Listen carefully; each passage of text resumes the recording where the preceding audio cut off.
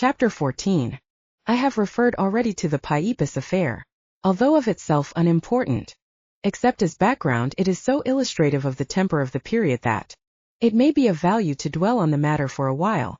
Aymar Galliez in his script makes several references to the Paipus mysteries, and these having become famous in history, there is no difficulty in filling out his remarks and giving them the breath of life. And still another reason for going into the Paipus affair with some detail.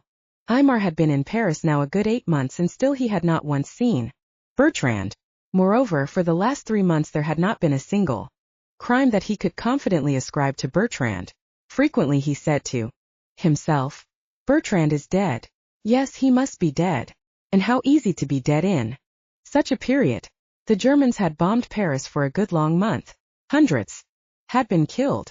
And in the relatively few battles in which the National Guard had played a part, military inefficiency had sacrificed thousands. Bertrand is among those poor devils, Aymar thought, and was moved. He recalled the little baby of whom his aunt had been so fond.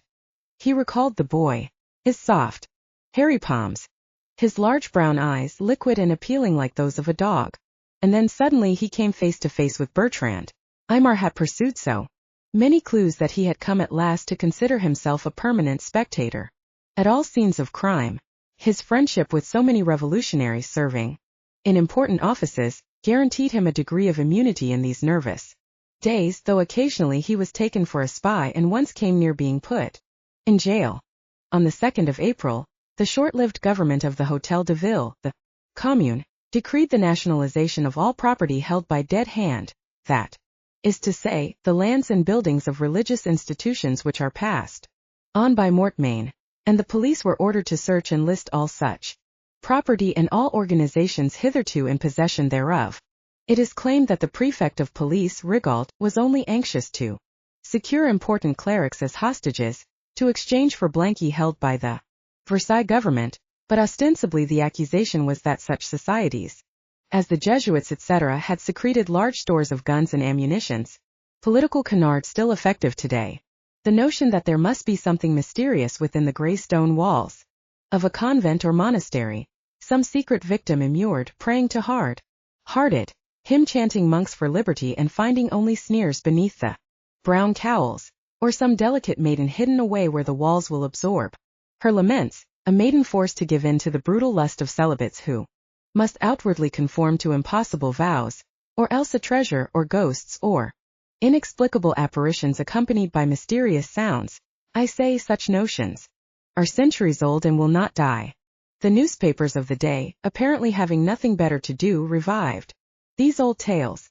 The delegate to the ex-prefecture of police, we are told by one sheet, has evidence that the high clergy of Paris has betrayed France to Rome, that during the siege the clergy acted as spies for Germany. Among the churches searched for caches of guns and bullets was that of the Fathers and Sisters of the Sacred Heart of Paipus, 2 societies which owned adjoining buildings in the Rue de Paipus. The story ran that 1800 chassepôts, a newly introduced rifle, were hidden there along with the great treasure of the Fathers. On the 7th of April the place was searched. Nothing was found. Nevertheless, one newspaper announced the discovery of arms, munitions and a workshop for the manufacture of bombs, with some bombs in construction. The public clamored for more news. On April 12 the second search was made. But the mysterious underground chamber could not be found, though trenches were dug everywhere and the walls pierced in dozens of places. At this juncture, with the legend about to perish, a fortunate stroke of a workman's pick uncovered human bones in the garden of the convent. Bombs and chassepôts were forgotten before this more horrible discovery. In line with this gruesome find, directly implicating the convent not only of violation of the law against burial outside of official cemeteries but also of the suspicion, which grew stronger every moment, of wholesale murder, was another strange discovery.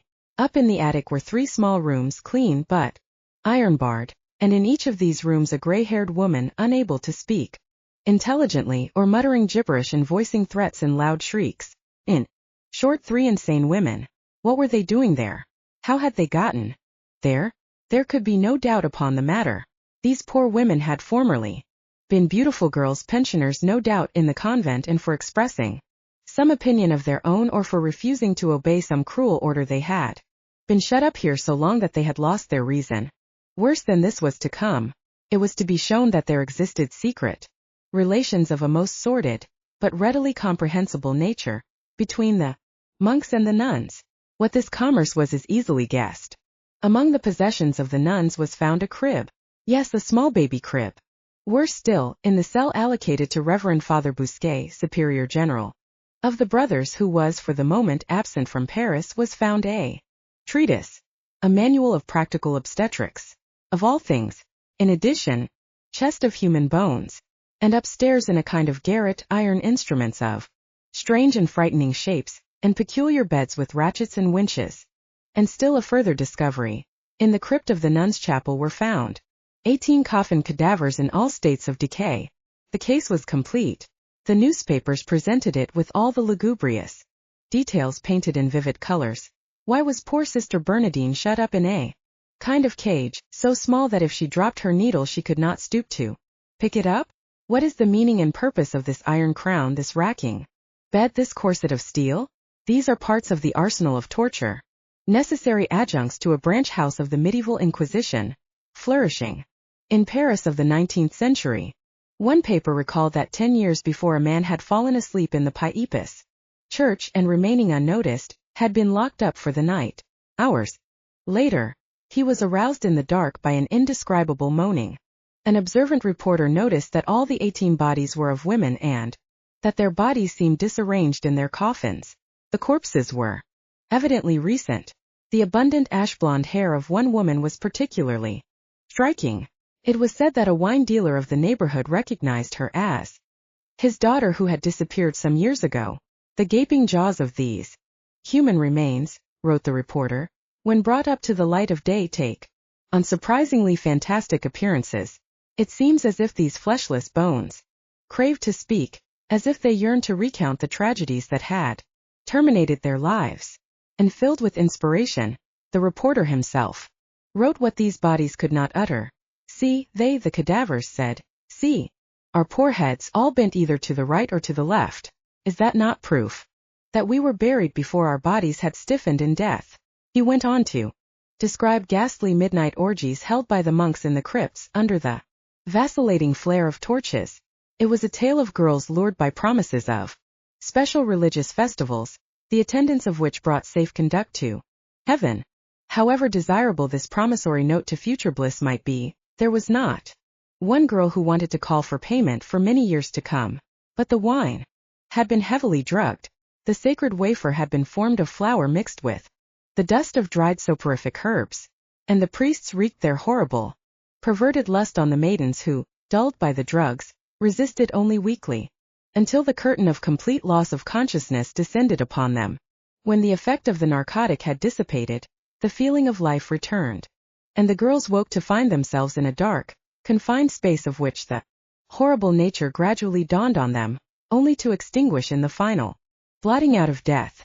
And there, in their premature graves, their bodies remained, along with the evidence of their final struggle, bodies contorted, jaws distended, fingers crooked, signs of their agony, their chests gulping for air, their hands seeking for freedom. But justice, says our writer, advances inexorably, majestically. However deeply hidden crime may be, it must someday come to light. Advance, all you good and kind-hearted citizens of Paris, and gaze on these black deeds of the infamous clergy. Gaze, and either lie down in your coffins alive like Charles V, or rise up like Lazarus from your long sleep of laissez-faire. Here before this charnel house mount guard, and let this be your luminous pharos to guide mankind to the sublime association of harmonious, etc., etc., etc. Another journal grew expansive and rhetorical on the crib in the convent. What poor babies, products of the union of monk and nun, had here been lulled to sleep, separated by only a few feet, a few walls from the altar of the Virgin. What became of these children? The aim of the monks was surely not to keep them alive, as living evidence of a disgraceful breach of holy vows. No, their intentions were only too plain. Alas, when the mothers, nuns cruelly deprived by a stupid religion of their right to parenthood, had grown fond of their offspring and could look at the image of Mary and the infant Jesus and understand something they never had known before. The tug of a baby's mouth at the nipple of the breast, a tug which reaches to the heart. Then the monks tore the baby from the mother's bosom, slew it or cast it into some ditch, and, if poor Sister Bernadine or Celestine went mad with grief, they locked her up in a cage in the garret, where her crazy lullabies intermingled with frantic shrieks for her baby, died among the rafters of the roof. Later the monks bethought themselves of a better system. They would study obstetrics and learn the art of aborting, and thus safeguard themselves against babies. The empty crib was put away. It was no longer necessary. Nuns and monks now could conceal their misdeeds behind permanent angelic smiles. Decidedly a breath of folly was sweeping through Paris. The public flocked toward Piepus, Aymar among others, Etienne Carget, employing the miraculous aid of electric light, photographed the skeletons in the crypt. In Chapsay, drawing of the secret funeral was exhibited for sale. Other convents were ransacked, other monasteries. More horrible discoveries. Chains fastened to walls, handcuffs, straitjackets, etc., all evidently destined for the adoration of recalcitrant Venuses. Of course all Paris was not so stupid, but the unthinking mass accustomed to playing the sounding board to the tune of the journalists responding first to one sentiment and then to its opposite, was stirred profoundly by these romantic tales of horror. At the Paris Medical School many students must have known that a Bousquet, nephew of the Superior General of the Piepus brothers, had recently submitted his thesis on obstetrics in partial fulfillment of the requirements for a degree, and he must have told his friends about the matter, but they chose to keep quiet. He too said nothing. It had become dangerous to speak out of turn. Dr. Caillet, physician to the sisters, had been arrested as an accomplice in the crimes of Piepus.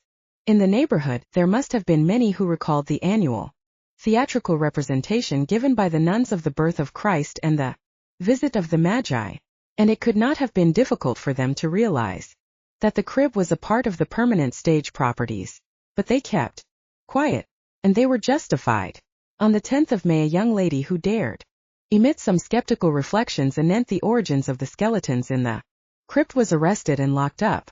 What ignorance was abroad that a coffer of bones was not recognized as a reliquary with the remains of a saint in it? One man, bolder than the rest, sent the police a marked copy of Delors' History of Paris. The buildings on Rue de Piepus were constructed over a former cemetery. Part of this cemetery was still in use, the rest was built on or converted into garden space.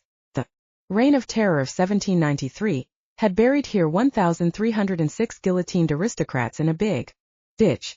Perhaps the police couldn't read. Ancient pupils of the convent did indeed appear to declare that the instruments of torture, the beds of Procrustes for racking victims at the branch house of the Inquisition, were only orthopedic devices employed in the treatment of crippled children who were taken care of by the nuns. The 3 crazy women, it was shown, were old sisters who had lost their reason, and were most kindly treated by the convent. But this evidence was not spread abroad in the papers. Dr. Pyrie, professor at the Academy of Medicine, was commissioned by the Commune to draw up a medico-legal report. He delayed sending in the results of his observations until the Commune was a matter of the past, and a free opinion was safe.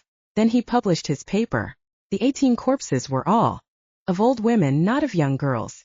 They had been buried long ago. How long the doctor could not say, but certainly a great number of years. There was no evidence of any recent crime. But when this article appeared, the comedy of Piepus had long reached its seemingly predestined tragic finale. Raoul Rigaud, chesty little fellow, strutting in his bright uniform, always ready to offer his snuff to his friends, appeared on the scene one day and ordered wholesale arrests. Rigaud was a genius, a born detective, who from his earliest days had determined some time in his life to be chief of police. He had achieved this, but his insatiable ambition and his evil disposition were also his ruin. Rigaud wanted important churchmen as hostages, for the Versailles government was holding the aged revolutionary Blanqui, and the chief of police thought it might be possible to effect an exchange of prisoners. A long line of monks and nuns were led off to the ex-prefecture. Here too, number of other clerics had been brought, in particular Monseigneur Darboy, Archbishop of Paris, Lagarde, his grand vicar, and a host of lesser priests. Rigaud examined them personally. What is your profession? He asked a Jesuit. Servant of God. God? What is your master's address? He is everywhere. Right, said Rigaud to one of his secretaries. So-and-so styling himself. Servant of God. Citizen God. A vagabond without fixed address. He caressed his luxurious growth of beard and mustache. The archbishop sought to make an appeal. My children, he began, spreading his arms. Rigaud interrupted him. There are no children here. Only citizens. The archbishop halted and then wished to pursue. Again Rigaud interrupted him. The police had enough information, he said, to show that the priests were plotting with the government of Versailles, that the priests were responsible for recent skirmishes in which the National Guard had been worsted by the Versailles troops. There were traitors, that was certain. Information was leaking out. At last they had the guilty ones and meant to hold them. And as the prelate wished to reply, enough, said Rigaud dryly. You fellows have been getting away with it for 18 centuries. Since you refuse to confess your conspiracy, the matter will be investigated. In the meanwhile I shall hold you. He picked up a sheet of paper and wrote, the director of the depot will hold incommunicado the two calling themselves Darboy and Lagarde. On the walls of the vacant churches signs were placed, stable for rent. The religious houses were turned over as meeting places for the political clubs. The police were right in one respect, there was treachery, there was conspiracy. No government was ever more conspired against, no government ever so riddled with treachery as the Commune. But in looking for the infection in the priesthood and in religious organizations, the police missed the real nest of vipers, the Café de Suède, from which the net spread out over the whole Commune. Paris was full of men to whom the revolt was purely an opportunity for speculation. The Thiers government at Versailles knew the prices to be paid and was ready with its money. Men occupying high posts in the Commune came to the Café de Suède and received the gold. Captain Beryl de Montfort, on the staff of the 7th Legion, an honored officer of the Commune's military forces, sat there at his little table and conversed casually under a heavy cloud of cigar smoke. To all appearances it was only apéritif time, and a moment for sprightly repartee. But from all over agents came to see him there. He received them as friends, talked of indifferent matters, slipped them a few bills on the Banque de France. The price was agreed on. For opening a gate, 5,000 francs to be debited to the prefect of police at Versailles, 10,000 francs for a battalion to be charged to the Ministry of War, 3,000 francs for a man. The Home Office paid for that. This was the activity that went on while the police exhausted themselves hunting for an underground communication with Versailles, dozens of possible tunnels being suspected but none found. This was the activity that went on while the police pursued non-existent murderers of cadavers dead 100 years. When the business meeting at the Café de Suède was over, the glasses empty, the trays full of silvery cigar ashes, then Captain Beryl de Montfort arose, and before returning to his military duties, took a cab or else walked to the canteen where the 204th Battalion congregated. An astonishing dark-haired beauty looked up at his entry. Well, what is new today, Sophie? He said casually. She looked around to make sure that she was not observed and then whispered, I hear that troops are being taken away from the redoubt at Hautes-Bruyères and the advance post of Cacon. That's a stupid move. Any good to you? Might be. If they're weak there, then that's the place for us to attack. She smiled slightly. Let me know how it turns out, and if I've done my work. Well, if I've paid, you do your share. You can rely on me, he declared solemnly. Then they spoke of indifferent matters. She took off the apron that protected her fine dress and they went strolling out hand in hand. You still love him? He questioned. There was a bitter expression around his mouth. Why, of course, she said carelessly. You're a liar, he replied. He stopped at a lonely corner and took hold of her shoulders. Why do you lie? He shook her and raised his voice. Tell me why. You lie. He would have screamed if he had dared. Don't be a fool, she said, annoyed. Huh, do you think I haven't any eyes to see? Your face is getting paler every day, more and more like a lacquered mask. Why must you always be annoying? His face distorted as if he were going to cry. You don't know that I love you, he asked sadly, quietly. You're a good boy, Beryl. I wish I loved you too. But it's too late now. Don't say that, he exclaimed. Why is it too late? Come, we'll leave this terrible city. I can get out any time I want to. And as she made no answer, but only looked away into the distance as if she yearned for something beyond the possibility of reach, he continued hastily, Come, we'll go together to the country, to my little place at Valoris. She cut him short. Let's take a cab. I must hurry. He'll be waiting for me. He's doing guard duty at the Paipus and he will be relieved about this time. He muttered something under his breath. She did not catch his words, but she gathered their import. Don't you dare touch a hair on his head. Mind you, if anything should happen to him, I'll kill you, whether you did it or not. I promised I would do nothing to him, he said, and I'll keep my promise. Look, will you give me your address? What for? She asked suspiciously. He wouldn't answer for a moment, but later, seated in the cab, he repeated his request. I don't see what you can be wanting my address for. I suppose you want to tell Aunt Louise where I've run off to. No, he said soberly. It's something else. I want to write to you. You know how long I've been in the habit of writing to you every night. Well, I can't stop. And as for handing you my letters personally, that's not the same thing. There was so much pleasure attached to that act of going out late at night to post a letter to you. That's sweet of you, Beryl. You are always very sweet. A lump rose in his throat. He pursued his advantage. And of course, once you left Madame Herzog's, it wouldn't do to send the letters there, because I know you'd want her to think that we were together. You're really very sweet, Beryl, she repeated, deeply touched. And she put her hand on his. You're far too good for me. Oh, you haven't any conception of how rotten I am, of the terrible things I do. Oh, Beryl, you should be thankful that I'm going out of your life. As she said this, she was conscious of something more than sympathy for Beryl. She was conscious of a touch of pride. She felt superior to the sweet Beryl. She was so very, very bad. I should say rather the delegate to the ex-prefecture of police, since the odious prefecture of police of imperial days had been abolished. The ex-prefecture continued, however, to function under its new name, with Raoul Rigault delegated to take charge. Journal Officiel, May 21, 1871.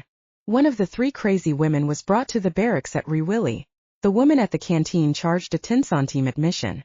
If the Commune thought to improve her lot, the Paipus Cemetery is still open to visitors to Paris, and is worthy of a trip.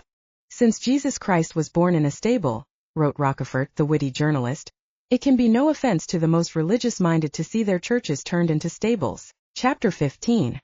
The writer apologizes for the confusion of the last chapters. His excuses are that the chronology in the script is none too clear, and further that the elucidation of the events in the story was none too easy. Aymar, so we have said, first came face to face with Bertrand during the Paipus affair, and though in our elaboration of the Galliez script we went off the track in the last chapter, we intend to come back to our duty in this one. Aymar was vaguely acquainted with Commissaire de Police Clavier, who was in charge at Paipus, and one day stood for a moment talking to him outside the buildings which were being investigated when a soldier came running up to inform the commissaire of the discovery of cadavers in the crypt. Clavier hastened inside and Aymar followed. Some workmen, aided by soldiers of the National Guard, were bringing the coffins up to the light as fast as they could be dug out of the ground of the crypt below. At the sight of one of the soldiers a cold shiver ran down Aymar's back. It was not only the recognition of Bertrand, his face red and perspired, laboring under the heavy load of a coffin, that made Aymar shudder. It was something else. A few months ago he had been walking along a street of the Bastille section, and as it happened was thinking of Bertrand, which was only natural, and was wondering if he were not completely mistaken and Bertrand was not in Paris at all. Never had been perhaps, and it was so thinking that Aymar suddenly noticed a large red sign over a shop. White letters proclaimed, Gare à outrance, war to the bitter end. It was a cat, dog and rat butcher shop, a chain of which existed in the city. As he passed the door he peered in. A group of housewives wrapped in shawls were waiting to make their purchases. The butcher's wife was wrapping the meat in old paper. The butcher was swinging the heavy cleaver which was rouged with blood. His great jowly face was tensed and red, in sympathy with the effort of his swinging arm. Aymar walked on, but the vision of that face remained with him, lying like a Picture on transparent paper over the tenor of his thoughts. 3 blocks. Later he exclaimed, "Why, that was Father Piedmont." He hastened back to assure himself, but when he looked in again, the butcher did indeed look like Father Piedmont, but Aymar was no longer so certain it was he. After all, it was many years now since he had seen the priest. Alternately as he looked, Aymar felt certain and uncertain. It might be Father Piedmont, and then, again disconcerted, he walked off. And now as he looked at Bertrand straining under the weight of a heavy coffin, he had that same strange alternating sensation. It might be Father Piedmont, and then again, but it was only Bertrand grown a little older and heavier. Aymar's blood was pounding. Here was the moment he had been waiting for. What should he do? Yell? Leap on Bertrand? Rouse the vaulted chapel with curses? Hurled at the monster? Instead of anathemas, only ironic words came to his mind. He stood in the crowd about the coffin, while the lid was being pried off. Bertrand was directly in front of him. He touched the young soldier on the arm, and when Bertrand turned around, Aymar said quietly, "Appropriate work." Bertrand, startled, breathed, "Uncle, this is your peculiar talent, eh?" "Uncle. I say, your specialty, isn't it?" Bertrand pushed himself out of the crowd, which was glad to flow into the space he left. He went over to a bench and Aymar followed. "I knew I'd find you here," Aymar pursued. Bertrand looked up with an innocent expression in his brown eyes. His clean shaven face, seen from close, was still youthful, attractive, so Aymar thought. But when Bertrand opened his mouth to ask, "How did you know that?" then the sight of his white teeth, with the large interlocking canines, made Aymar conscious of what lurked below the handsome exterior. "Are you asking how I knew I'd find you here? And do you think that I have forgotten you and your tastes? You are cruel." Aymar laughed in staccato. "You are evidently nothing but kind-hearted." "I have suffered," Bertrand returned. "And those whom you slew? They did not suffer, I suppose. Do you think I have not watched you, even if from afar? There was, let me see, Jacques first of all." "What? Have you forgotten him?" "Well, I suppose when you have so much to recall, when one is so terribly busy." "Uncle," Bertrand pleaded, his head lowered. "And here's one you can add to your list," Aymar said, suddenly recalling. "When mail came through again after the armistice, I received a letter from Françoise. By the way, it never occurred to you to write, did it? 17 years of good care and food, and then off one goes." "You were holding me a prisoner," Bertrand defended himself meekly, his head still bowed. "And I did wrong, I suppose?" "No," the soldier breathed. "Hm. Well, I'm glad to hear you admit as much. That helps. Ah yes, as I was saying, Françoise wrote to tell me that the farmhand who was accused of murdering Jacques was acquitted. But the whole district was united in thinking him guilty. Life was made unbearable for him. He hanged himself." Bertrand sighed. "In the matter of digging up the miser Vauboy, it never occurred to you that the shepherd Crotez would be accused of the job, or in the matter of General Daramon's daughter, that a poor Croque-Mort, the coachman Jean Robert, would go to jail for it, and his family become destitute? How many others have suffered through you I cannot say. I blame myself for keeping quiet in these matters. I should have shouted your guilt from the housetops. But I was ashamed. Yes, ashamed. Like a man who is afraid of being surprised in a privy. That's it. I did not want people to know that I was even remotely connected with such a monster as you." "Uncle," Bertrand pleaded. "Yes, monster," Aymar continued, working himself into anger, his voice rising now to a hoarse whisper. "Yes, a monster, the man who could murder prostitutes. Like La Belle Normande. For that was you too, wasn't it? Confess. All those murders were yours." Bertrand bowed his head. His whole body began to tremble. "You beast!" Aymar cried in a subdued voice. You loup-garou." At this Bertrand pushed his knuckles between his teeth to strangle a wild desire to shriek, a shriek which came forth only as a whine. The public, clamoring around the newly discovered crimes of the monks, the 18 coffins of young girls, paid no attention to the two who sat apart. Nor did the officers, quite accustomed to the lax discipline of the National Guard, concern themselves with Bertrand. The young man's body was shaken with violent tremors. "Not that," he sobbed. "Oh, isn't it bad enough to know oneself a werewolf without having it thrown at one as a reproach?" Aymar was moved. He had been cruel. It was the boy's misfortune, not his sin. I'm sorry, Bertrand. For years I tried to spare you from knowing. I tried to help you. I would not even tell your mother what was wrong. It was a hard task. At times. Mother never knew? I don't think so. How is she? Well, I guess she's all right, Aymar said lamely. What do you mean? Bertrand asked, his suspicions aroused. Nothing. You know, one doesn't get much mail these days. Tell me, Bertrand insisted. I want to know. And Aymar thought, why should I try to conceal his mother's shame from him? It's such a small matter compared to the others. Your mother, he said, taking a long breath, was seen to be pregnant, and it made much scandal in the village, and Jacques' mother especially talked a lot and accused me of sinful relations with your mother, which of course wasn't true. I mean, it wasn't.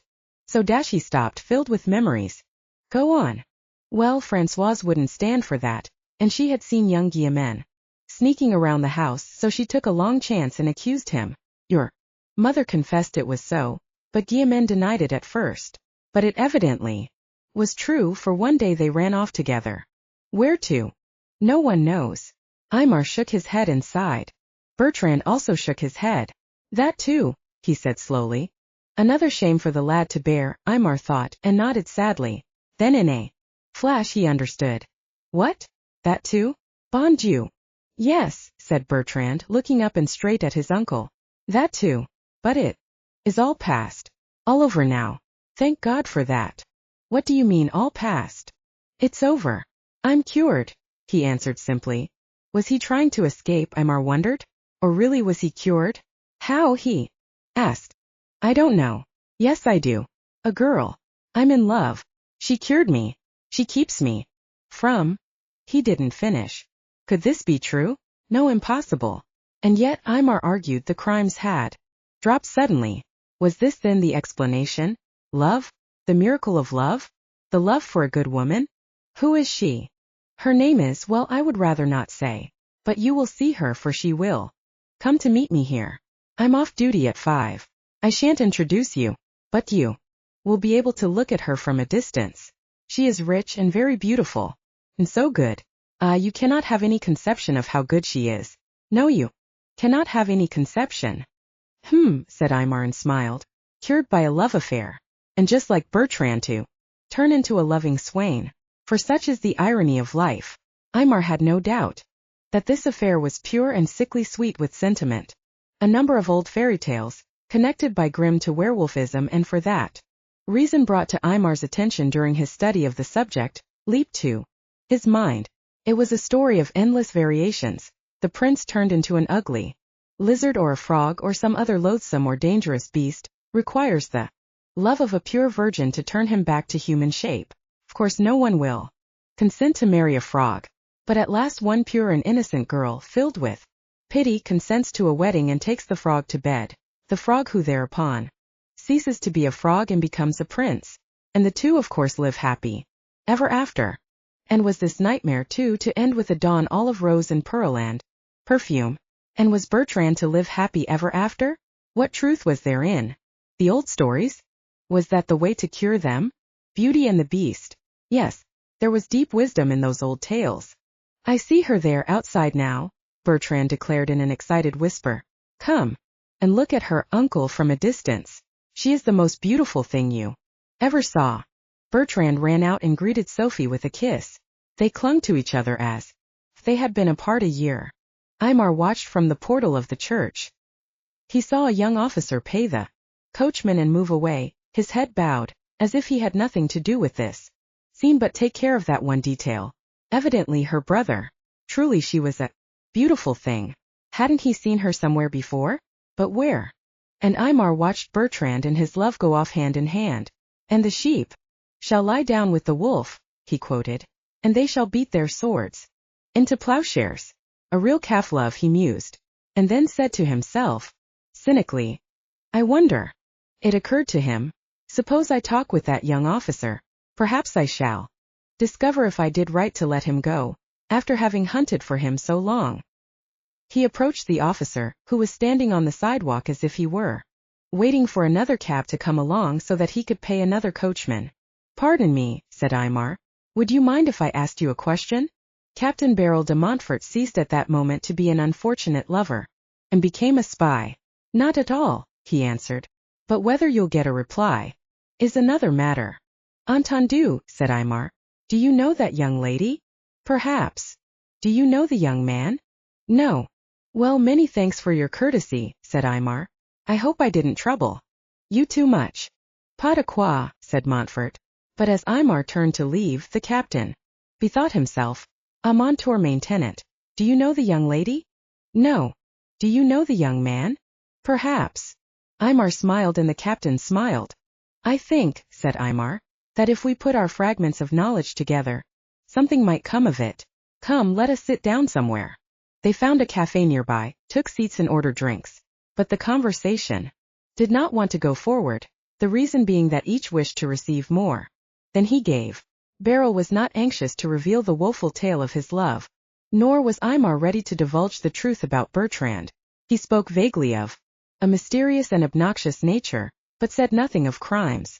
I see, Beryl said at one point, that you have none too high an opinion of your nephew. That coincides completely with my own. Let me tell you something that I have observed, he continued.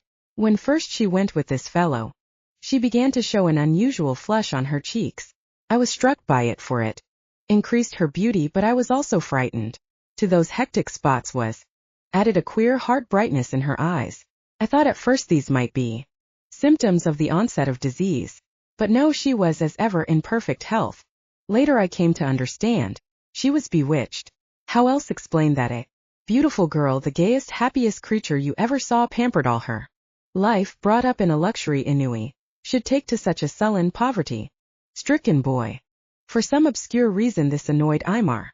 He now took up Bertrand's defense, not vigorously but to a certain extent. As if to excuse himself, he said, Why haven't you communicated with her parents? Well, you see, said Beryl, obviously embarrassed, she made me promise not to tell. In love with her himself, Aymar decided. Poor fellow. And worse fool I to let Bertrand go on unhindered. After an hour of this sort of desultory conversation, they rose, neither quite satisfied with the results of the conversation, and both imbued with a sense of fatality. Beryl, who had begun the conversation with much hope, seeing the end approaching, could not restrain himself from crying out, But, monsieur, isn't there something you could say to your nephew? Isn't there something you could do? Aymar patted him on the shoulder.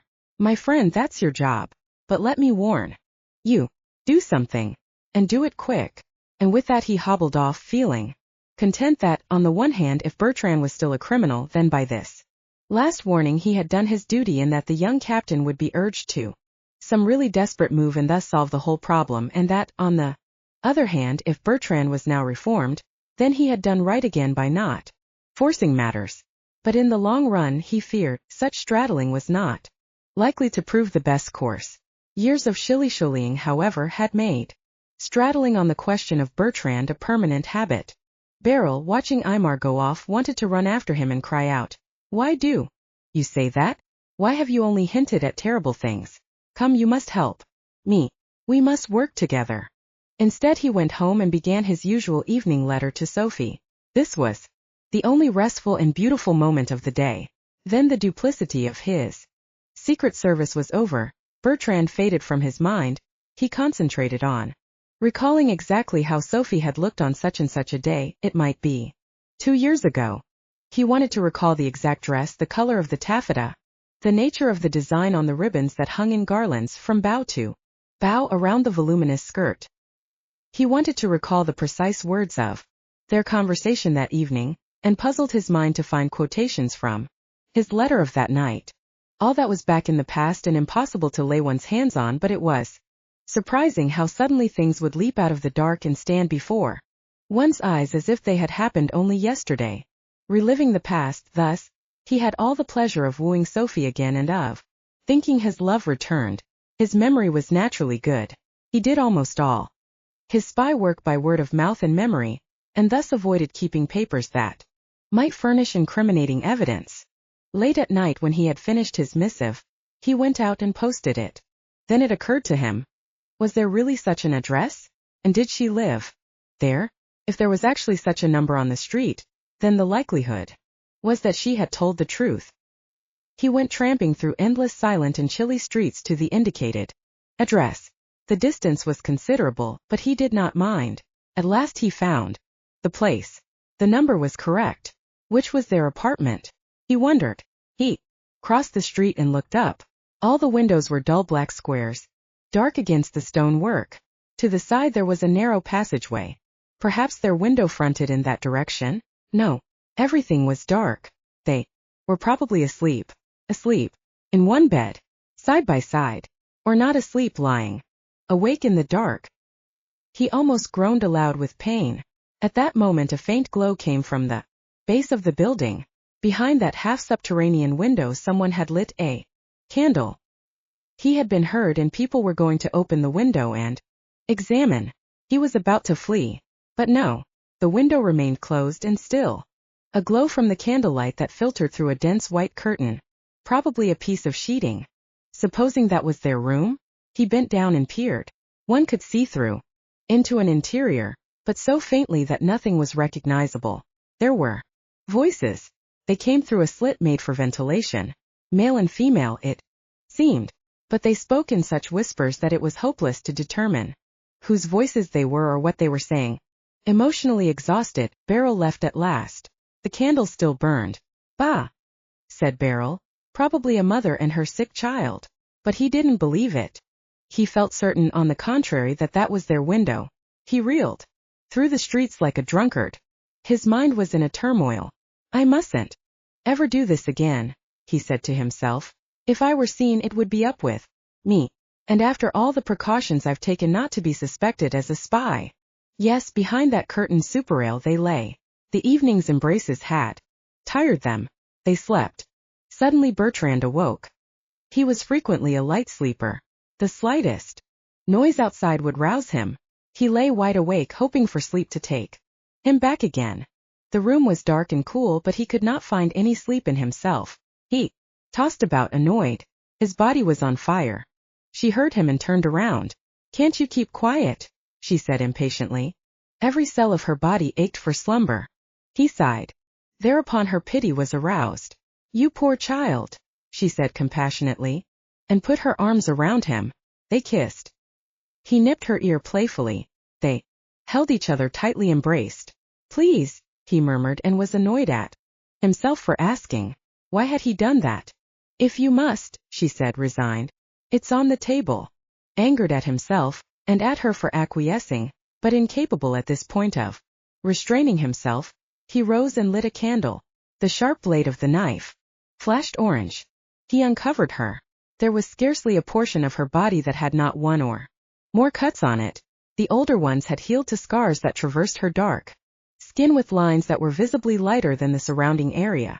The newer ones were angry welts of red, or hard ridges of scab. In the candlelight the latter were like old jewelry or polished tortoiseshell. Suppressing a moment's hesitation, he bent over her body. The blood welled up, ruby red. He put his mouth to it at once and drank greedily.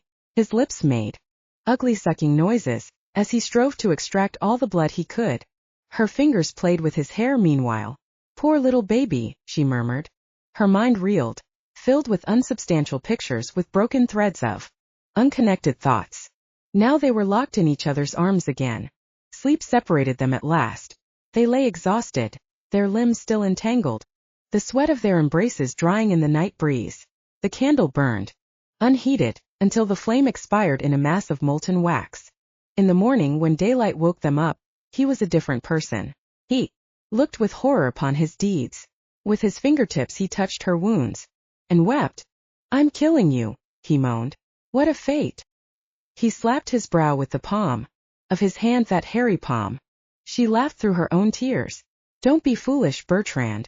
Besides, I'd gladly die for you. An inexplicable stab of pleasure accompanied the thought of death. He would not be consoled. If I had any humanity, I'd kill myself before I'd as much as scratch you. Don't, Bertrand. Don't. What would I do if you left me? His fingers sought for the latest wound he had made. When he had found it, he shut his eyes lest he be tempted to look at it. I did that, he murmured. I did that. How could you let me? Why did you not kill me at once? Don't be foolish, Bertrand, she repeated, and erased his dark thoughts with kisses. The sun was out and it was time for pleasant thoughts. The night was over and the crazy thoughts of the hours of darkness must return to the graves which exude them. The concierge came running out to them as they were crossing the cobbled courtyard. Madam, she cried, a letter for you. A letter? Bertrand wondered. Yes, a letter, said the concierge and smiled at them. Sophie recognized the hand at once. It was only Beryl's daily letter. It's nothing, she answered, the suspicion on his face. You may read it or, better still, throw it away. Shall I? He asked, his hands about to tear the letter in half. If you don't I shall, so that's settled. Now let's have breakfast. I'm famished. The sound of the paper tearing was pleasant to their ears. They were both in high spirits at breakfast. He talked of what he would do when the war was over. He would return to the study of medicine. Uncle has plenty of money, he said. And me? Haven't I any money? She returned. Father will give me millions if I just say so. Besides, it will all be mine someday anyhow. We'll go and live in my room at home. She thought of her pretty bed with the azure canopy. There were times when she missed the polished luxury of her former surroundings, the paintings, the rugs, the colorful marbles, the bronze and gold and grained wood smoothed to the luster of a mirror. Perhaps, he thought aloud, I could learn to control myself or find someone else for my bad moments and keep my love pure for you. That hurt her down deep in her intestines. She realized at once, as if she had experienced such a sensation before, that she was jealous of this someone else who was to give Bertrand a part of herself. Don't say that. Never say that, she said softly. You are all mine. But, he began. Hush, she cautioned. She brushed the picture of another girl in Bertrand from her mind and returned to her former thought. That then was jealousy. Terrible pain that made all food suddenly distasteful. And she thought of Beryl. Poor soul, she said. Is that what he suffers? That moment she would have been capable of giving herself to him, of giving herself to everyone who might have needed her, to the whole battalion that looked at her with lusting, hungry eyes. All one, those bearded and unshaven faces that wanted the smoothness of her cheeks, all those hard arms that craved to crush her soft body, all those calloused, dirty hands that wanted to touch her with intimate caresses, and all that love for the whole male world that welled up in her rose and bunched itself into her lips. And she leaned across the little table and planted it full on Bertrand's mouth. He sensed the gift. He sensed that her love, which she might have given to anyone, to everyone, that greater love she had chosen to bestow upon him and upon him alone. He was deeply stirred and left speechless amid the maelstrom of his emotions. Never, never speak of another to come between us, Bertrand, she said. You do not know how that hurts. I know, he replied. Only, hush. Was it not I who first offered myself to you? Was it not I, again, who bought the knife because you were afraid your teeth were too painful? There is nothing I would not do for you. In the silence that followed, she thought suddenly of her father and mother. Had they loved each other that way? Had her mother ever offered up her body to her father in this manner? The thought had poignancy to it. Somehow she could not reconcile the picture her mind called up. She could not believe that her father and mother had ever shared a bed. And yet they must have, at least once. But it could not have been such a bed as she and Bertrand shared, down in a cellar, a miserable couch so narrow that their bodies must be intimate. All night, did her father and mother ever wake up to find the candle burned down to the neck of the wine bottle in which it was stuck? Deutsche Mythology. Göttingen, 1835. Chapter 16. T. Hay had clasped each other as two children will in the dark when they are oppressed by the fate which they sense must overtake them some day or other. And they continued to cling to each other with all the despair of drowning people. They felt themselves being sucked under, into that eternal night of nothingness which follows the brief day of life. Their souls were too weak to have a tight grasp on their bodies, and it was as if, knowing how soon death was to rob them of this delightful housing of flesh which protected the weak flame of their spirit, it was as if knowing that this life must be brief, no matter how long it lasts, for anything which must come to an end is brief, that they laced their arms about each other and would not let go, that they put their lips together and feared to sunder them lest something slip between. that they desired nothing, night and day, but he to inflict pain and she to feel her body bruised and cut, so as to realize keenly at every moment that they were truly alive, alive at least in this little moment of now, no matter how dead or deprived of humanity they must be in all the future moments to come. A night of love, a day of companionship, did not satisfy them. Their thoughts played on with each other during their moments of rest. He grew insatiable. Her body was a fountain of blood to him, and it was as if her body responded to his needs. She grew heavy, sultry with blood like a nursing mother with milk. When she walked, her body swayed. She could not control the movement of her hips. It was as if she still had him in her arms, and indeed in the bruises on her body she still carried the feel of him, and that is why, when she was alone, he being on duty where she could not follow, which was rare for they clung together even at the ramparts, she would bring her arm to her mouth and kiss some place he had hurt. Curiously but comprehensively, this perpetual intimacy allowed them to face the prospect of death with courage. She frequently begged him, now that the Versailles troops were surrounding the city and waging vicious warfare against the communards, not to expose himself to danger. But when he asked her, "What will you do if I am shot?" she answered, "Shoot myself too." And neither of them quailed. They could die together. Whatever there was beyond the grave, even if it was nothingness, would at least be shared. The thought of outliving or being outlived would have been intolerable.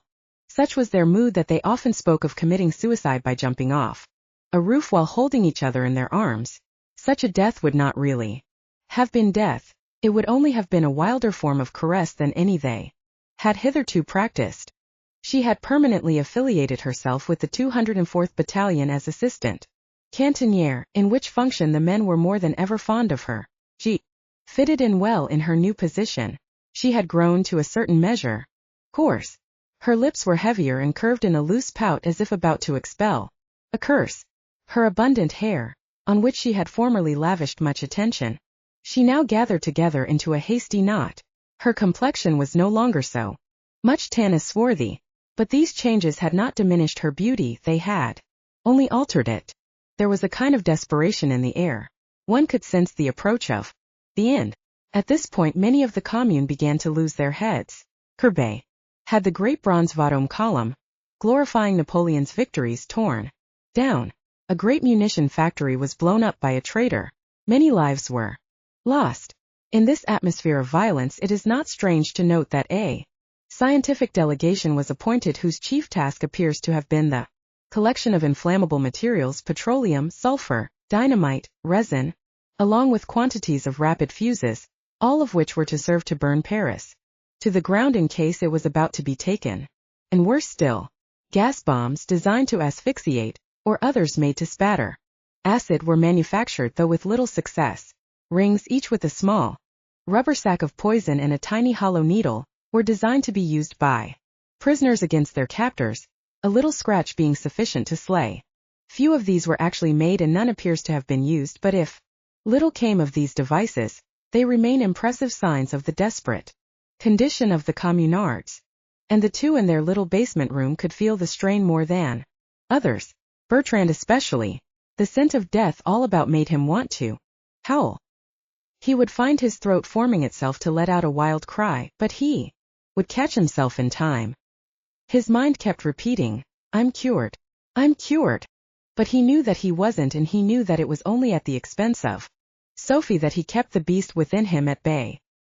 He would wake up at night and say to himself, "Don't let me weaken. God, don't let me weaken." He repeated all the snatches of prayers he knew and called upon all the saints. At last, despairing, he would seize the knife. Sophie slept on. Of late she did not always wake up when he made demands upon her. In her sleep her body gently pressed itself against his. She moved sluggishly. Her muscles relaxed, as if actuated by a dream. He would find himself dissatisfied almost at once. Then a mad longing would course through him to have done with these little sips and proceed to the central fountain there in the soft part of the neck and feel again that sensation of being inundated with a warm flood as the blood comes spurting from the carotid artery. Then he would shake his head madly. "No, no," he would cry behind his clenched teeth. "Oh God, keep me from that."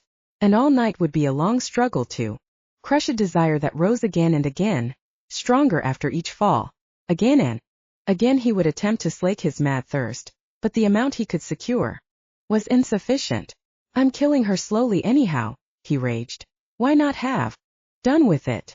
Once indeed, so overpowering was the desire of his teeth to get at that throat that he leaped out of bed, hastily donned his clothing and ran out. If I must, he thought, at least let it be someone else than she. Within a few blocks he ran into a man. He found his hands and feet leaving the ground, propelling his body through the air. He found his teeth seeking for a throat. The man fought with a sudden strength summoned up by terror. Guttural cries, choked snarls escaped from Bertrand. His clothes hampered him. He knew he had done wrong to put them on. He found himself floundering on slippery cobblestones, a heavy knee pressed into his stomach, and a fist crashing through the defense of his arms and beating against his head. When Sophie woke up late, she thought at first that Bertrand had only hurried out to buy something for breakfast. But when a considerable time had passed, she began to feel troubled. Had he gone out to join his battalion at the fight, now raging near the Porte Saint-Cloud? Madame Lebouvet, the concierge, had not seen Monsieur. Sophie ran to the headquarters of the battalion. The shop that had served as such was closed. No one could give her any information. She dashed here and there, looked into every canteen, interrogated every official-looking person, pursued a dozen misdirections. Evening found her exhausted mentally and physically.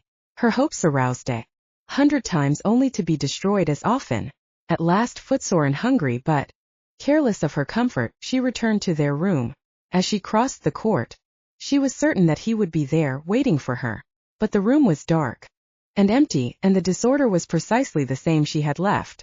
She promised herself better success in the morning and lay down to find rest. But sleep would not come to her. She missed the body beside her. She missed the reassurance of Bertrand's presence. She found herself doing what she had not done for several months, carving the darkness into terrifying shapes, peopling the shadows with crouching figures about to leap upon her. She could see them moving into positions of advantage, waiting for an opportune moment to leap at her throat and kill her. Why was not Bertrand here to guard her? Bertrand, Bertrand, she moaned. Would she never see him again? Was this the end? Were they to go to separate graves? Would she then truly lie in the cimetière Israelite? And would the picture she had so often dreamt come true? Her parents weeping beside her coffin, Beryl swearing vengeance. She could actually hear the weeping, yet she could almost hear Beryl's words. And now they had lowered her into the ground. She could hear, yes, now she could hear distinctly the earth thrown spadeful after spadeful on the lid which covered her. She rose in horror. Sweat covered her body. She gasped for breath. How stupid of her. It was only someone walking about in the room overhead. Some laborer in heavy hobnailed boots. She heard another sound. This at last was Bertrand coming home. Finally. Thank God.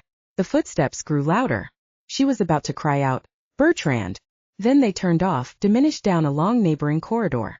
Extinguished. The swarming darkness closed in on her again. She rose and lit the candle. There was only a little stub left and it soon burned out. The petroleum lamp had a wick that wouldn't turn up. Besides, the supply of oil in the base was down to a smear. The candle flickered its last. Sophie had nothing left but a few matches, and these she husbanded, lighting them at long intervals. Inevitably they must be used up, but somehow she fell asleep. In her moist, warm hand the sulfur heads of the matches softened and coalesced. She woke up in the morning with a mass of evil-smelling chemicals adhering to her palm. There was no sign of Bertrand. He had, as a matter of fact, been put under arrest. Since he was a soldier and his captor a soldier, his case was left for the court-martial. That morning as Aymar was walking he met Colonel Galliez. Aymar congratulated him. I saw a few days ago that you were nominated president of the new court-martial. As it happens, Galliez replied, we are having our first session. There are some interesting cases to be tried. Several traitors, a madman who tried to bite a comrade. At this Aymar interrupted. A madman who tried to bite a comrade? I know nothing about it, said Galliez, but if the case interests you, come along. On the way he revealed his intentions to Aymar. to re-establish the severity of the revolutionary tribunal. What is the sense of a court-martial if it is to be a mere board of pardon? He complained. The court-martial is losing its revolutionary character of rapidity and severity, and the fault is in the public that comes to the session. We should function behind closed doors and kill 5 innocents before allowing 1 traitor to escape. I guarantee you our military reverses would cease at once. Yes, he continued. The mistake we made was to abolish the guillotine. We threw away there the most valuable tool revolutionaries have ever had at their disposal. He was not particularly concerned about Aymar's interest in the madman who was to be tried that afternoon. Perhaps his mind was full of other matters. The hundreds of confiscated sheets, pillowcases, etc., all of the finest linen, damask, and the fine furniture, etc., which he had transported to London, to be there a kind of nest egg in case the Commune should fail. Or else he was wondering about his speculation in garlic, of which there was serious shortage.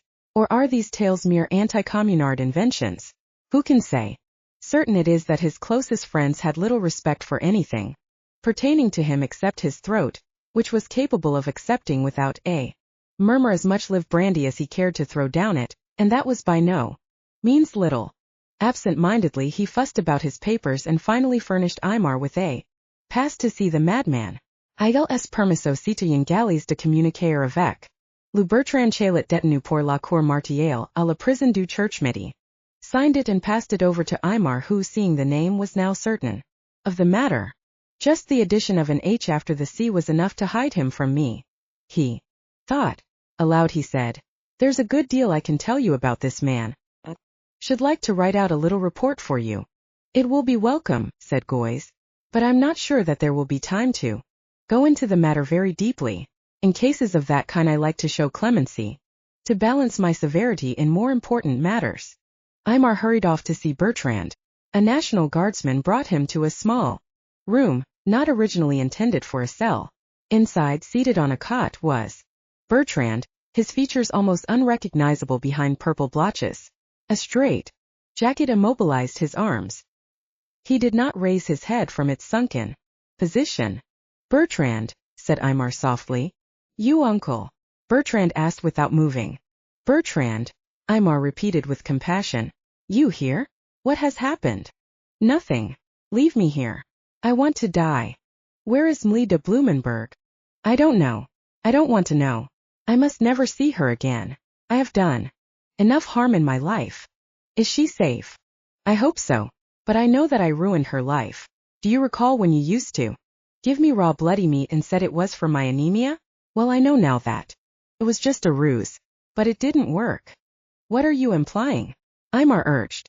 Under his interrogation, Bertrand rapidly explained Sophie's sacrifice for him. He concluded, "Don't try to save me any more, and don't let Sophie know I'm here, for I cannot trust myself. It is best that I die. I have long had no intention of saving you. Bien au contraire. If you had not assured me at Paris that time that you were cured, I can tell you I would have had you then where you now are. And I shall do my best to see that you do not escape this time. Goodbye, Bertrand." "Goodbye, uncle," the boy. Aymar's heart was wrung. Could he really leave the lad thus? He was not only sacrificing Bertrand, but all those hours of instruction, all those long years of training. Could one forget such things utterly, and separate thus with so few words? "Isn't there something I can do for you?" No answer. "Take a message to Sophie?" Bertrand shook his head vigorously. Then he said, "Say goodbye to Françoise. She was always good to me, and to my mother if you ever see her." Aymar, his eyes misted with tears, limped out and took a cab home. Yes, let this be the end of it, he thought, and set to work at once to prepare a damnatory report. He had purposed at first to confine himself to a rapid sketch of the implicating crimes. He had intended no more than an outline, but he was carried a subject and allowed his personal feelings a short brief. It was a ridiculous thing to do, and he was ashamed of it. But these matters had fermented in him too long. They burst through the cold phrases in which would have liked to set down the plain narrative of a criminal career. Willy-nilly, he was swept away by a flood of emotion that translated itself into a heated harangue, full of misplaced rhetoric, but a natural rhetoric nevertheless, for It flowed from his penpoint as if it were born there and not in his brain. And as he went on he warmed to his subject. He permitted himself remarks that were blasphemous to the minds of the Commune. He developed arguments that at this point in history were plain heresy. Then he cast aside all fear and launched himself into his subject with all the fire and vigor he could command. After all, there was a point to be gained, Colonel Galliez had said. In cases of that kind I like to show clemency to balance my severity in more important matters. This must on no account be permitted. Bertrand must be sentenced to death. To this end Aymar made a display of all his research, attempted to show that the punishment of burning at the stake which the Church had meted out was not to be rejected as mere medieval cruelty, but to be examined on its own merits. The vast strides of our generation in the conquest of the material world must not mislead us into thinking that when we have plumbed the physical world to its depths we shall thereby have explained all there is to explain. The scientists of a former day strove mightily to fathom the depth of the spiritual world, and their successes and conquests are all but forgotten. Who can estimate what thanks we owe to those courageous priests of old who went into the forbidding druidic forests and with bell and book and swinging censer exorcised the sylvan spirits, banished the familiars, expelled the elementals, cast out the monsters and the devils of old Gaul? Who can estimate the debt we owe to them for helping to slay all the strange and unnatural beasts that formerly cowered in every dark cranny and recess, under ferns and moss-covered rocks, waiting to leap out at the unwary passerby who did not cross himself in time? Not all of these monsters were equally evil, but all constituted unwelcome interferences in the destiny of man. If today the lonely traveler can walk fearlessly through the midnight shadows of the silent forests of France, is it because of the vigilance of our police? Is it because science has taught us to be unbelievers in ghosts and monsters? Or is not some thanks due the Church, which after a millennium of warfare succeeded at long last in clearing the atmosphere of its charge of hidden terror and thus allowed for the completer unfolding of the human ego?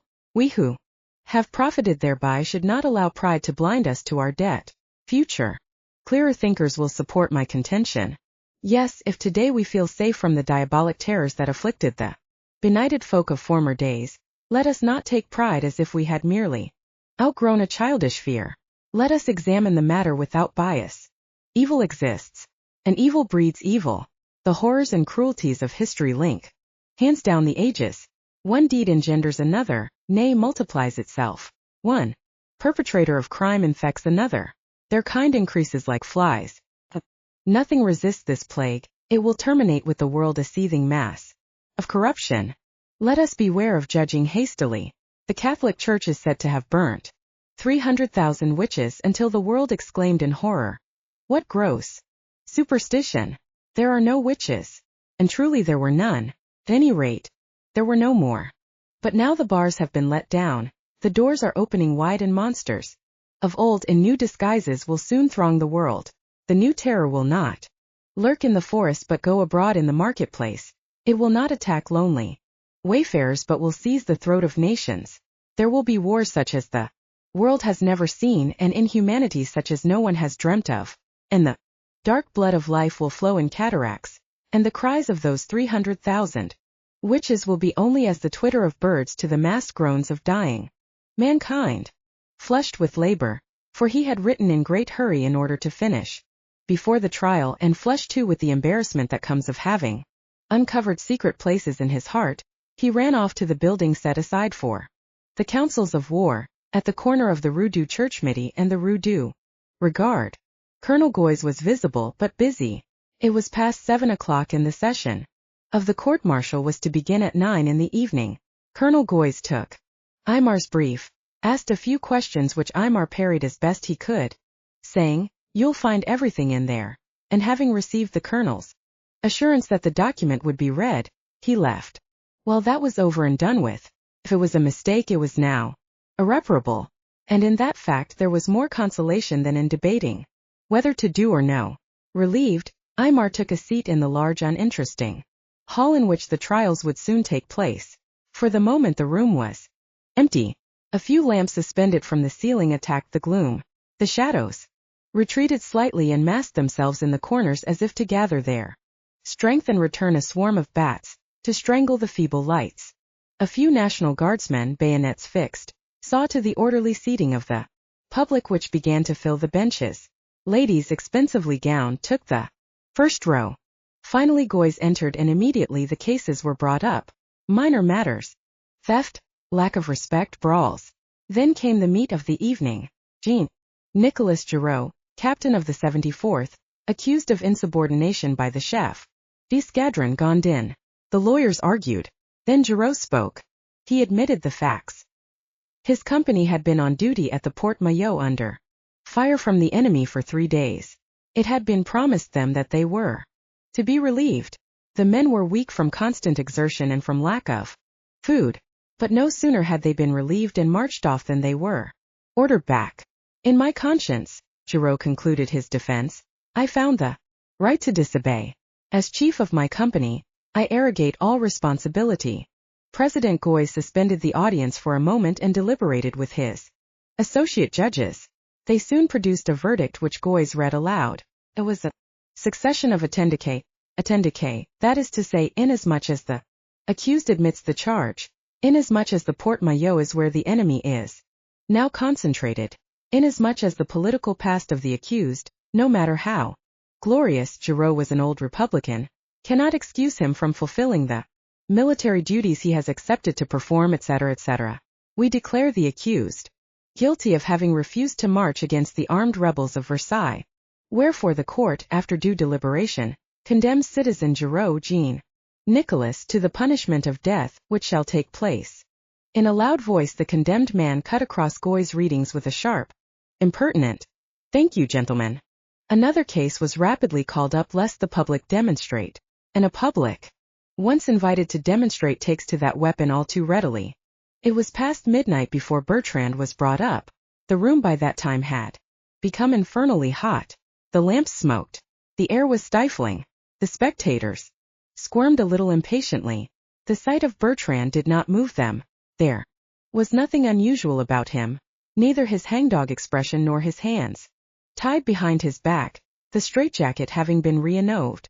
The case was rapidly reviewed. The single witness, his arms in bandages, his face badly slashed by tooth and nail, was invited to recount his story. Then Bertrand was asked for a statement, but refused to make any. By agreement both sides had dispensed with lawyers, so that matter was soon concluded. After a moment's deliberation, President Galliez rose to speak. Aymar's heart began to pound, for the president was holding up Aymar's script as if he were about to read from it, and indeed he did read from it, but in a way that altered Aymar's intention at every point. Here, he concluded after a rapid and attenuated summary of the facts given by Aymar, is a case that would have been led to the stake in former days. The Catholic Church, ladies and gentlemen, burnt 300,000 of these. Think of it. 300,000 people whose only crime was that they were afflicted with a disease, people therefore who should have been handed over to competent doctors, not to the executioner. The Commune, enlightened and guided by science, does not propose to confuse physical or mental illness with deliberate violation of social laws. Indeed, it is the aim of the Commune eventually to treat all criminals as if they were sick people and cure them by the application of medicine and hygiene. And that fortunate day will come, once the rebels of Versailles and their allies, the priests and monks, have been exterminated. It is that brood that for centuries has fostered the belief that only their crosses and prayers, their torture chambers and their flaming faggots and stake could hold the devil in check. And this young man, deluded by I know not what disease into thinking himself a mad dog, would have been an example for them to exhibit as proof of the existence of the devil and of the need of priest and aristocrat to hold the evil one in cheek. We deal differently. Here is no self-interest seeking to oppress a people and hold it in subjection by means of enforced and cunningly inculcated ignorance and superstition. Here is progress, freedom, and intelligence. This court therefore agrees that inasmuch as the accused is suffering from an illness which leads him to go mad at times, that inasmuch as he shows by his present demeanor that his violence is only temporary, that inasmuch as this court tries only crimes and does not propose to cure disease by jail or execution, that this court therefore decrees that the accused be turned over to the infirmary at the prison of La Santé for treatment, and there be guarded until cured, read in public audience of the court-martial, etc. Talk, talk, talk. Aymar muttered in disgust at seeing his own words quoted against him. Talk one way and talk another. All words fighting words.